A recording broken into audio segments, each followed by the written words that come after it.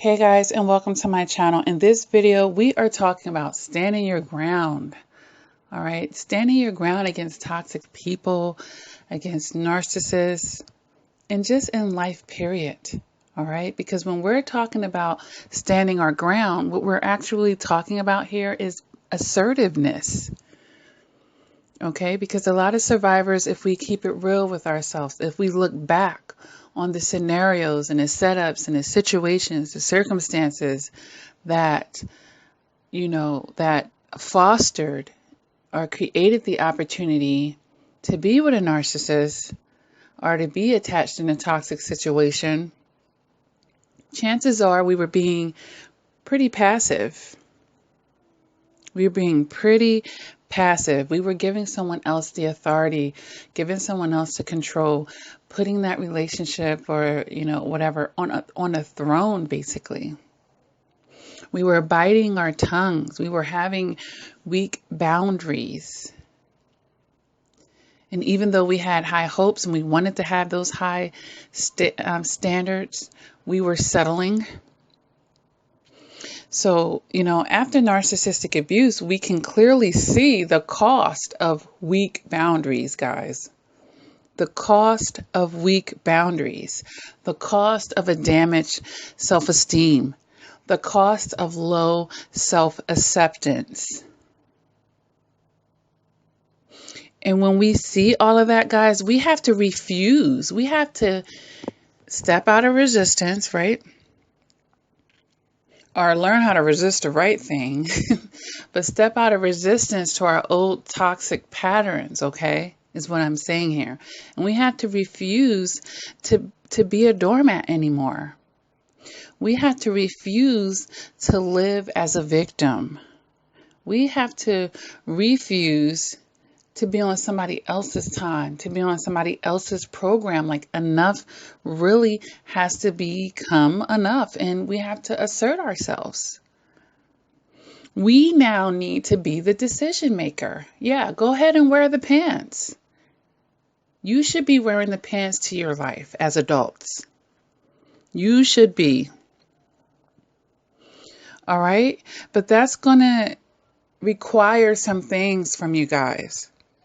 You have to stop being so easily sucked into other people's world. How about that? A lot of survivors are very empathic. That means, we're filled with so much empathy and sympathy for external things. And usually we don't have enough for ourselves, though. That's usually the problem. We don't have enough for ourselves. But being easily sucked into other people's world is not knowing how to feel bad for someone without taking it on and carrying it on your plate, carrying it on your back. When your plate is full enough with just doing what you need to be doing for yourself, okay? Staying in your own purpose, in your own lane. You hop into everybody else's lane and everybody else's situations, everybody else's emergencies. You make their problems your problems, their concerns your concerns, their priorities your priorities. That's being easily sucked into other people's world. You can listen to someone's situation and still be objective. You can feel sorry for them without feeling like you have to be the one to rescue them. Overextend yourself, perhaps. Running yourself to the ground. And it's actually pretty passive because, like I said, it's being easily sucked into other people's worlds. All right. If you have your mind set on something, being sucked into someone else's world will quickly get you off of it. So how set was your mind on it to begin with if you're floating like a leaf, depending on all the external variables and peoples that you interact with?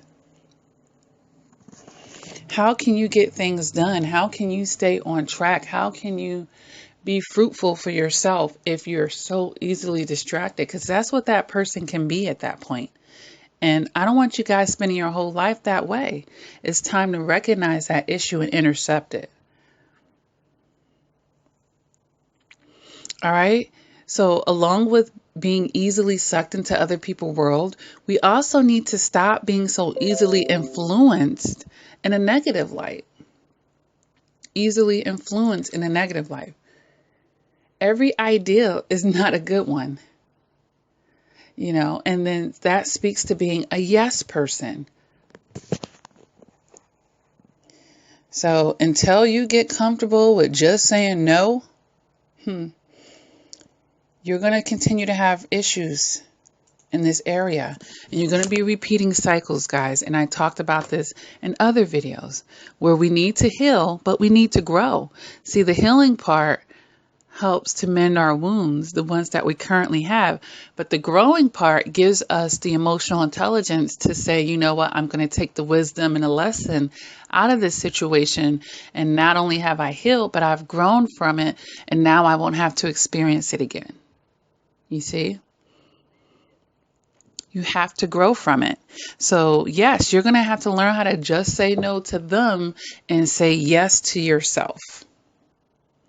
Just say no to them and say yes to yourself. All right? Learn I want. Learn I deserve. Learn I feel. Learn I will. You need to get these phrases in your mind and incorporate them. And watch your productivity for the things that you need to do for you, not the things that you need or not even a need that others want you to do for them. I want, I deserve, I feel, I will. So we have to learn how to stand our grounds in our interactions with them. Your truth is your truth. We have to learn how to stand our ground in shielding our energy. If I'm having a good day, I'm having a good day. Whether you're having a bad day or not, I'm having a good day. No one's going to change that. No one else's energy can intercept it. I will have to allow them to do that. I will have to give them the authority to do that. Stand your ground in maintaining no contact. Come on. They were a piece of what? Ish. Yeah. They were.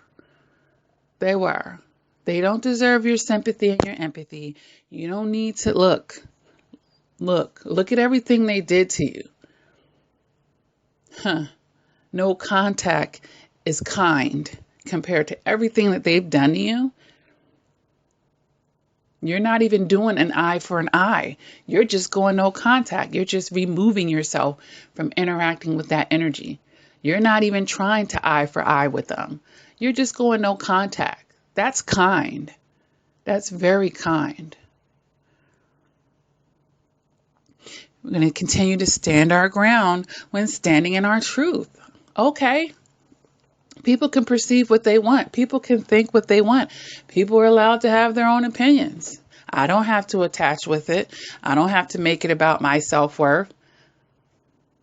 I don't have to make that my self-esteem. I don't have to make that anything to do with my value. And I don't have to make it a part of my belief systems either. I can separate what you want to say, what you want to project, what you want to push back on me, what you want to think of or create in your toxic magical thinking, what you're doing in your sickness and your illness because you're not doing your shadow work. You're not really self-reflecting and you're just pulling crap out of your behind because you don't want to look a certain way with your ego and your false mask, right? So we can stand in our truth no matter what they're saying, no matter what they're thinking. It is what it is. I seen it. I felt it. I experienced it. I know what it was. No one's going to move me from that. I'm not gaslighting myself. You're not gaslighting me. Assert your truth. And it is what it is. Standing in your ground with your boundaries and your standards. No, I don't. I don't associate with people who are into this. No, I won't take anyone serious that don't have their life together. No, I'm not going to see you as wife material or husband material if you're still doing X, Y, and Z. No, I don't want to be attached to people with this going on, who did that, who have a history or a pattern of this and that, who's bringing all this drama into my life, who's an emotional vampire. Look, you can have those boundaries and standards, guys. if you stand your ground and be firm about it. So what if they call you a bitch? So what if they get mad? So what if you ruffle a feather? So what if they don't want to be your friend anymore? So what if they decide to break up with you? So what if they don't want to be supportive?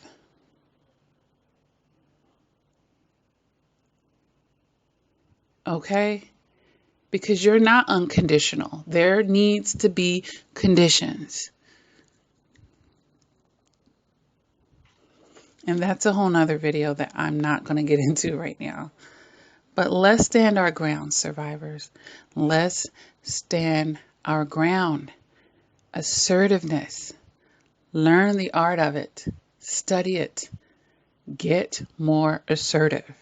Have a voice. Make your decisions. You make your decisions. Not to please other people, but to do what's best for you. Put yourself first. So many times I talk to survivors, they're not even on the list, let alone first.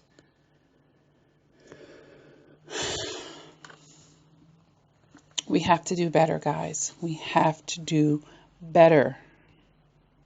Refuse to be the doormat. Refuse to live as a victim.